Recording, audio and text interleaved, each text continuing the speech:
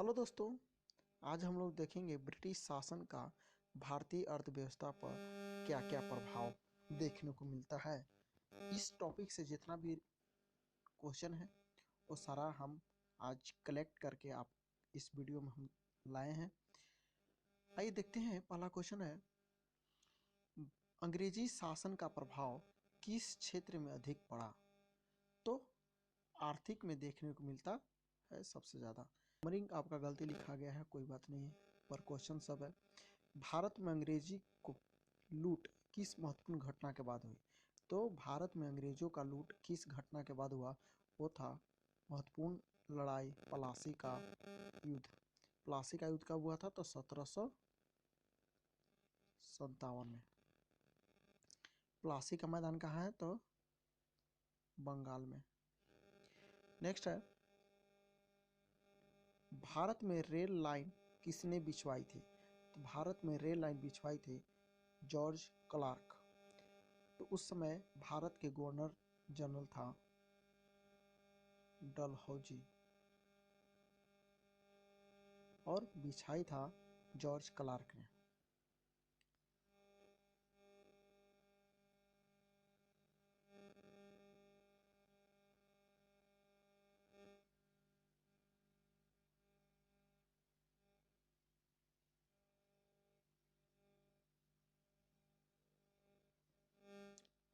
Next है, भारत से Britain की ओर संपत्ति का अपवहन यानी ड्रेन ऑफ वेल्थ का सिद्धांत किसने प्रतिपादित किए थे? तो ड्रेन ऑफ वेल्थ का नियम जो दिए थे दादा भाई नौरोजी ने दिए थे। इन्होंने कहे थे कि भारत का संपत्ति जो है अंग्रेजों ने लूटकर अपने देश ब्रिटेन की ओर ले जा रहा है, इसी को संपत्ति का अपवहन कहा गया। नेक्स्ट है, वर्ष 1853 ईस्वी में लॉर्ड डलहौजी ने जो पहले टेलीग्राफ लाइन शुरू की वह किसके बीच थी?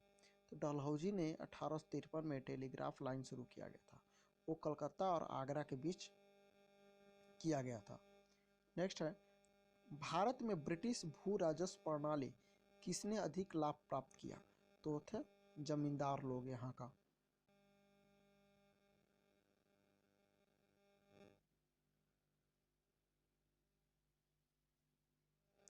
नेक्स्ट है, भारत में सबसे पहला सूती वस्त्र मिल शहर में स्थापित किया गया। तो किस शहर में स्थापित किया गया? तो मुंबई में। क्वेश्चन नंबर 10, अंग्रेजों के द्वारा बनाई गई भू राजस्व व्यवस्था की प्रणाली में से कौन सी कृषकों के हितों को अधिक सुरक्षा प्रदान करती थी? तो वो है मद्रास प्रांत की रैयतवाड़ी भू व्यवस्था।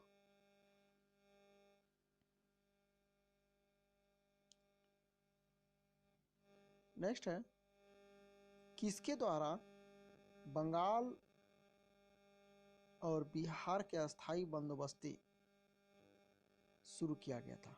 क्वेश्चन नंबर 11 देखते हैं, किसके द्वारा बंगाल और बिहार में अस्थायी बंदोबस्ता शुरू किया गया? तो लॉर्ड कॉर्नवालिस के द्वारा। क्वेश्चन नंबर 12, ब्रिटिश सरकार ने भारत में अस्थायी बंदोबस्ती कब लागू किया गया था? तो ब्रिटिश सरकार ने भारत में ब्रिटिश द्वारा किया गया था 1793 में। रैयतवाड़ी व्यवस्था कब लाया गया था? तो 1820 में।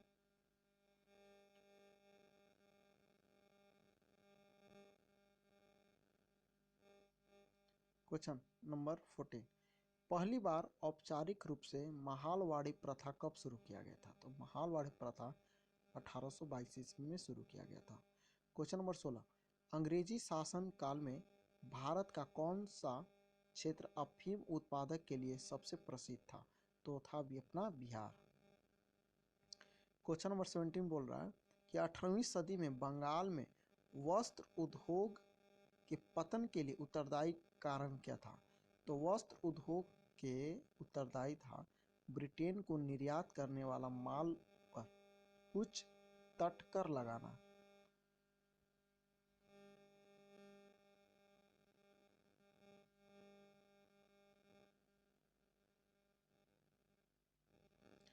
क्वेश्चन नंबर 18 क्या है? नील कृषकों की दुर्दशा पर लिखी गई पुस्तक नील दर्पण के लेखक कौन थे? तो नील दर्पण के लेखक थे दीनबंधु मित्र। अंग्रेजों के द्वारा सर्वप्रथम कहवा बागान लगाए गए थे कहाँ? तो वायनाड जनपद में। क्वेश्चन नंबर 20 क्या है, अंग्रेजी शासन के दौरान भारत में आर्थिक दोहन विचार का प्रतिपादन किसने किया था? तो दादा भाई नौरोजी ड्रेन ऑफ वेल्थ का नियम लाए थे।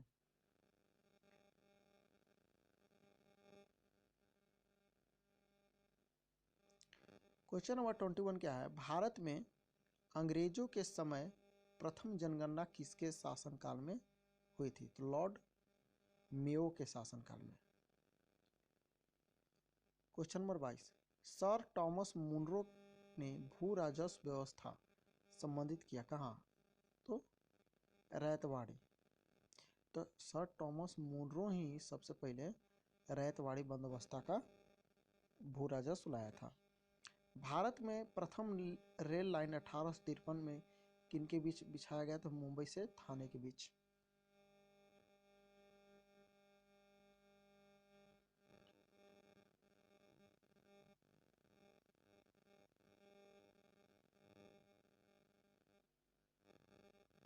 क्वेश्चन नंबर 24, स्वतंत्रता पूर्व अवधि में ब्रिटिश सरकार के द्वारा भारत में आधुनिक शिक्षा के प्रसार का मुख्य उद्देश्य क्या था? तो मुख्य उद्देश्य छोटे प्रशासनिक पदों पर नियुक्ति हेतु शिक्षित भारतीयों की आवश्यकता। नेक्स्ट क्वेश्चन नंबर 25, अस्थायी बंदोबस्त के तहत जमींदारों को पूरा लगान भू राजस्व का कितना प्रतिशत राज्य को देना तय किया गया? तो उसमें 89% देना तय किया गया था।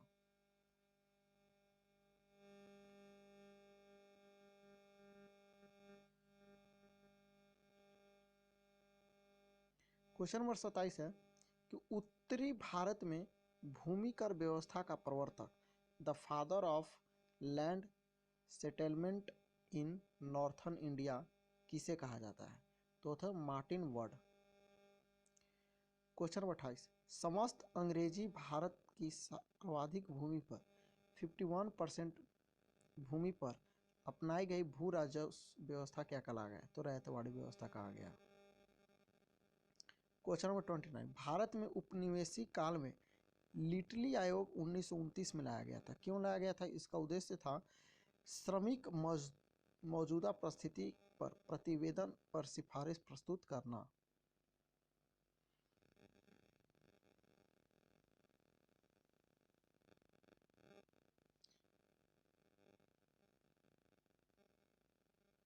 क्वेश्चन नंबर 30, भारत में भारतीयों के द्वारा 1881 में स्थापित हुआ और उनके प्रबंधन में चलने वाला समिति देयता का प्रथम बैंक कौन था? तो Awadh commercial bank. Question number 31, अंग्रेजों के द्वारा रैतवाड़ी बंदोबस्त लागू किया गया था कब? मद्रास प्रेसिडेंट और मुंबई प्रेसिडेंसी।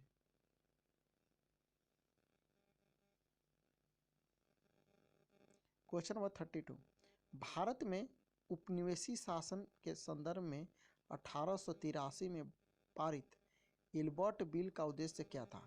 तो इल्बर्ट बिल का उद्देश्य था जहां तक आंदोलकों को दंडित आधिकारिकता का संबंध था, भारतीयों और यूरोपियों के लोगों को बराबरी पर रोकना। नेक्स्ट है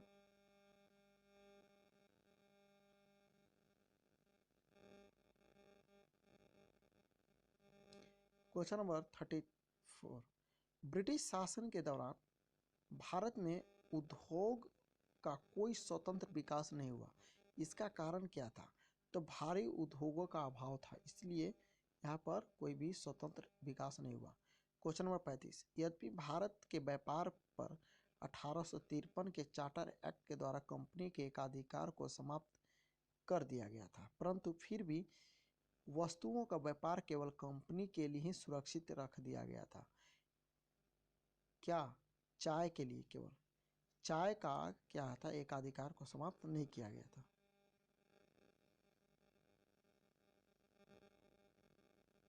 question number 36, British east India company का व्यापारिक अधिकार अंतिम रूप से किस एक्ट के तहत समाप्त किया गया?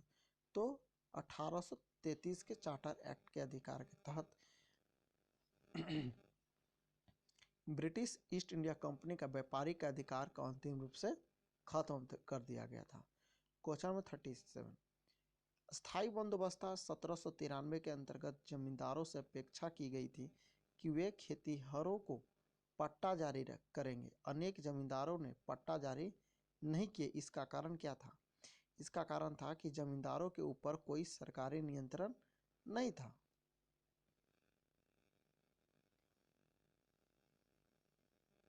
क्वेश्चन नंबर 42 क्या है कि आधुनिक शिक्षा के संदर्भ में शिक्षा का माध्यम को लेकर उठे 5 आंग्ल विवाद का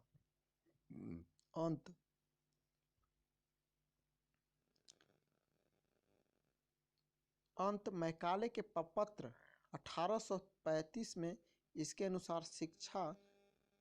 अनुसार किस भाषा को भारत में शिक्षा का माध्यम स्वीकार किया गया? तो अंग्रेजी। 1835 के अधिनियम के तहत मैकाले ने। 43 क्या है? भारतीय शिक्षा का मैग्ना कार्टा यानी महाअधिकार पत्र कहा गया वुड डिस्पैच 1854 को।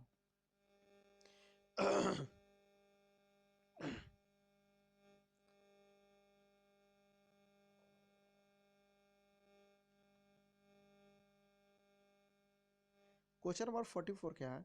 किसने 1911 में प्राथमिक शिक्षा को निःशुल्क और अनिवार्य बनाने हेतु विधेयक इंपीरियल लेजिस्लेटिव काउंसिल में प्रस्तुत किया, जिसे प्राथमिक शिक्षा का मैग्ना कार्टा कहा जाता है? तो गोपाल कृष्ण गोखले। नेक्स्ट है 46, नंबरिंग गलती कर दिया है टाइपिंग में। किस सिद्धांत का यह अर्थ था कि शिक्षा समाज के उच्च वर्ग को दी जाए, इस वर्ग को छन छन कर शिक्षा का प्रभाव जनसाधारण तक पहुँचे? ये जो था अधोमुखी नियंत्रण का सिद्धांत था। क्वेश्चन नंबर 46 क्या है? भारत में आधुनिक शिक्षा का जन्मदाता किसे कहा जाता है? चार्ल्स ग्रांट को आधुनिक शिक्षा का जन्मदाता कहा जाता है।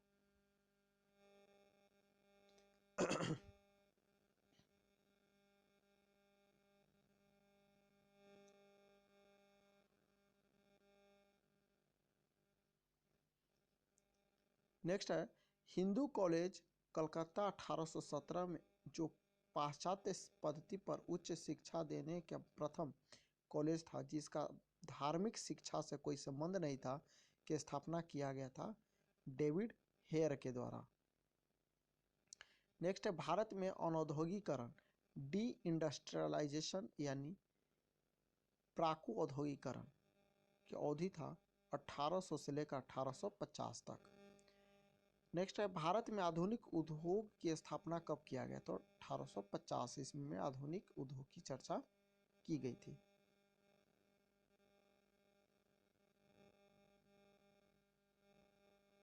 क्वेश्चन नंबर 52 है कि भारतीय बुनकरों को दयनीय हालात पर किस गवर्नर जनरल ने टिप्पणी की कि इनका दुख दर्द समूचे इतिहास में अतुलनीय है?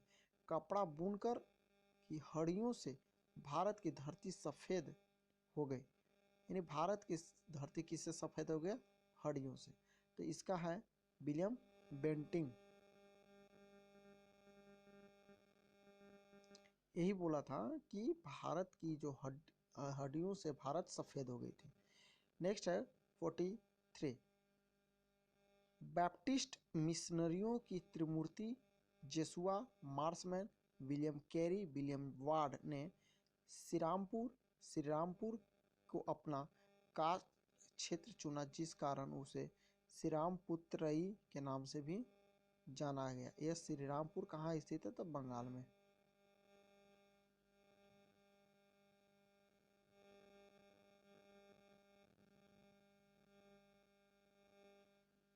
नेक्स्ट, किसने भारत में रेलवे की स्थापना आधुनिक उद्योग का अग्रदूत यानी जननी की संज्ञा दिया गया? तो है कार्ल मार्क्स। नेक्स्ट है पहली आधुनिक पटसन मिल कहाँ स्थापित किया गया? तो रिसरा बंगाल में।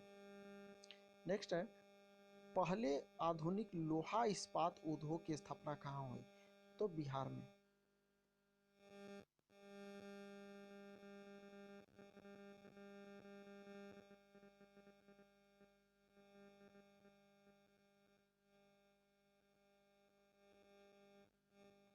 क्वेश्चन नंबर 58, बिखरे हुए स्वायत्ता गांव के कवच को इस्पात के रेलों से छेद किया गया जिससे उनके जीवन रक्त का हास हो गया, यह किसने कहा है? तो यह बुकानन ने कहा है। कौन कहे हैं? बुकानन।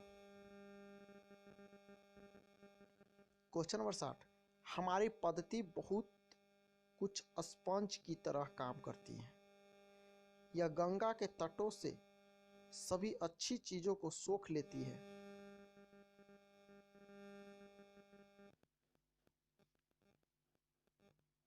और टेम्स के तटों पर उसे निचोड़ कर गिरा देती है। यह उक्ति किसने कहा है? जॉन सुलिवान ने कहा है। क्वेश्चन समझिएगा, क्या कहा है कि हमारी पद्धति कुछ स्पंज की तरह काम करती है। यह गंगा के तटों से सभी अच्छी चीज़ों को सोख लेती है और टेम्स यानी लंदन जो है वहाँ टेम्स नदी है, तो टेम्स में लाकर निचोड़ देती है। यानी कहने का मतलब है कि भारत से सामान को ले जाता था और लंदन में उसको रख दिया जाता था। इस युक्ति का कहने का था, जॉर्ज सुलिमान ने कहे थे।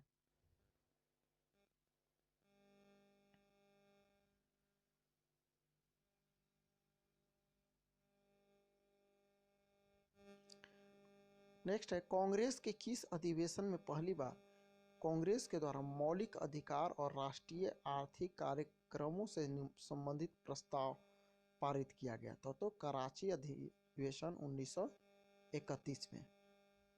नेक्स्ट है, कांग्रेस के कराची अधिवेशन मार्च 1931 के अध्यक्ष कौन थे? तो सरदार वल्लभ भाई पटेल थे।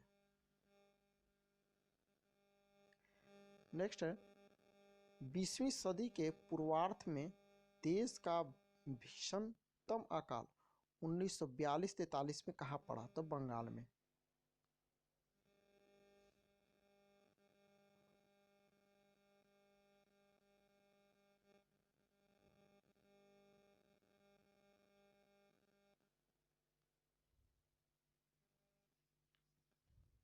नेक्स्ट, 1938 ईस्वी के अंत में भारतीय राष्ट्रीय कांग्रेस के अनुरोध पर जो राष्ट्रीय योजना समिति बनाई गई थी उसके अध्यक्ष कौन थे? तो थे जवाहरलाल नेहरू। नेक्स्ट है, अकालों को रोकने और अकाल के पीड़ित सहायता हेतु भारत सरकार ने अकाल संहिता कब प्रचारित किया? तो 1883 में। नेक्स्ट, भारत में विकेंद्रीकरण का शुभारंभ किसके समय हुआ? तो लॉर्ड मेयो के शासनकाल में।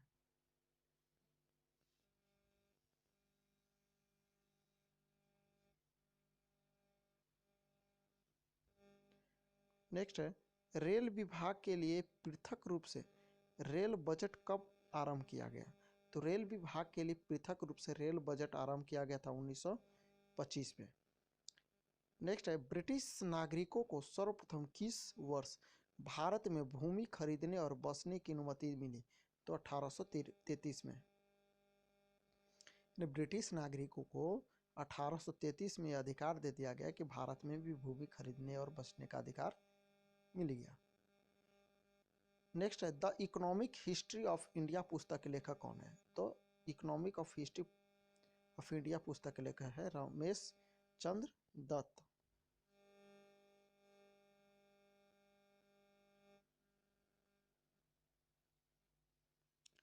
नेक्स्ट, भारत में इस्पात का उत्पादन सर्वप्रथम कब प्रारंभ किया गया? तो इस्पात का उत्पादन 1913 में किया गया था।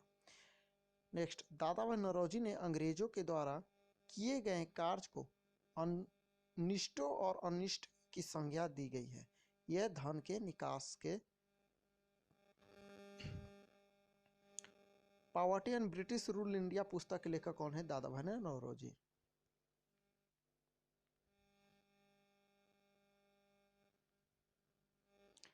नेक्स्ट है, सर थॉमस हॉलैंड के सभापतित्व ने भारतीय औद्योगिक आयोग का गठन कब किया गया था?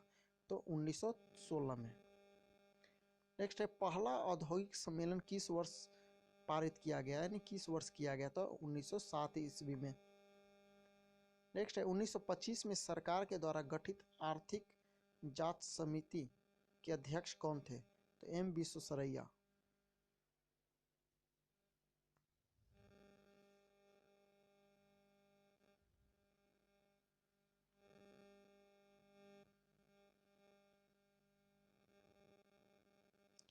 किसने भारत के अंग्रेजी उपनिवेश नियंत्रण को आलोचन में ब्रिटिश पदावली का उपयोग किया गया था? तो दादा भाई नौरोजी के द्वारा किया गया था। अगर इस प्रकार आप वीडियो देखना चाहते हैं तो चैनल को सब्सक्राइब करें तथा वीडियो को लाइक शेयर करें। नेक्स्ट है, भारत में प्रथम रेल लाइन किस ब्रिटिश गवर्नर जनरल के समय बिछाई गई थी? तो थे लॉर्ड डलहौजी के समय।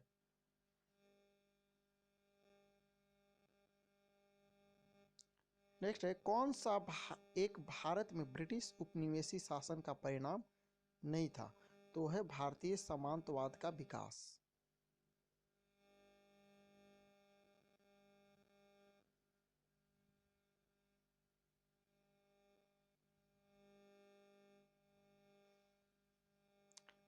आज का सेकेंड लास्ट क्वेश्चन है इस वीडियो का, किस कंपनी ने सर्वप्रथम भारत में रेल सेवा प्रारंभ किया? तो great Indian peninsular CIP railway द्वारा। लास्ट है, ब्रिटिश ईस्ट इंडिया कंपनी ने चाय के व्यापारिक अधिकार को खो दिया कब? तो 1833 के चार्टर एक्ट के द्वारा। प्लीज़ वीडियो को लाइक शेयर करें तथा चैनल को सब्सक्राइब करें। Thank you for watching.